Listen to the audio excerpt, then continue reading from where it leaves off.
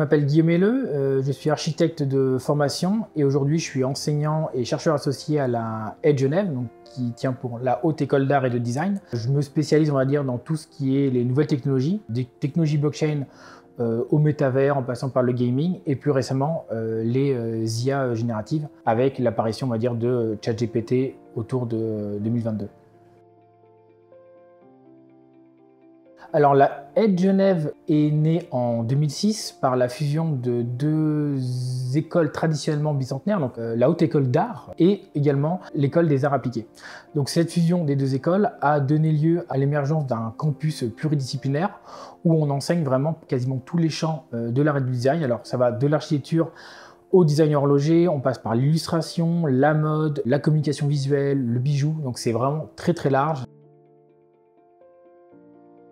Le projet est né, on va dire, au tournant 2022 par l'émergence évidemment de ChatGPT. Donc ChatGPT arrive et c'est là où a ouvert toute une question, c'est de dire mais comment réadapter l'enseignement, comment réadapter les méthodes d'évaluation face à l'émergence de ces technologies-là. Donc texte, principalement ChatGPT, mais aussi images à cette même époque avec Midjourney.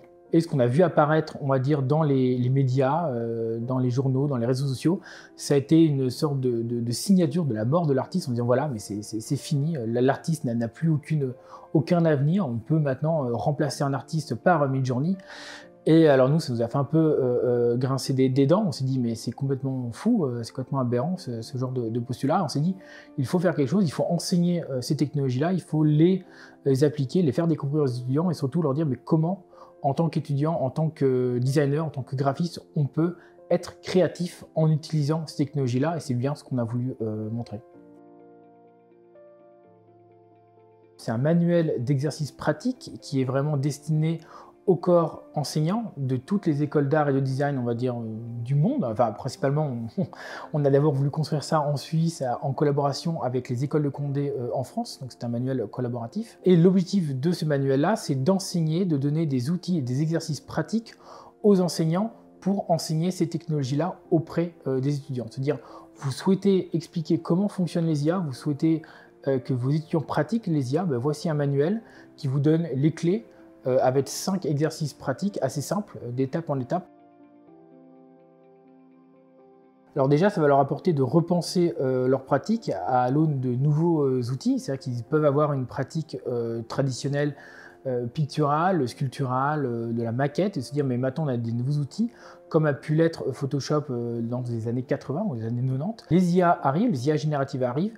Comment se positionne-t-on par rapport à ces nouveaux outils? Est-ce que ça peut aider notre pratique ou non? Mais en tout cas, c'est de donner aux étudiants des nouvelles clés pour repenser leur pratique créative.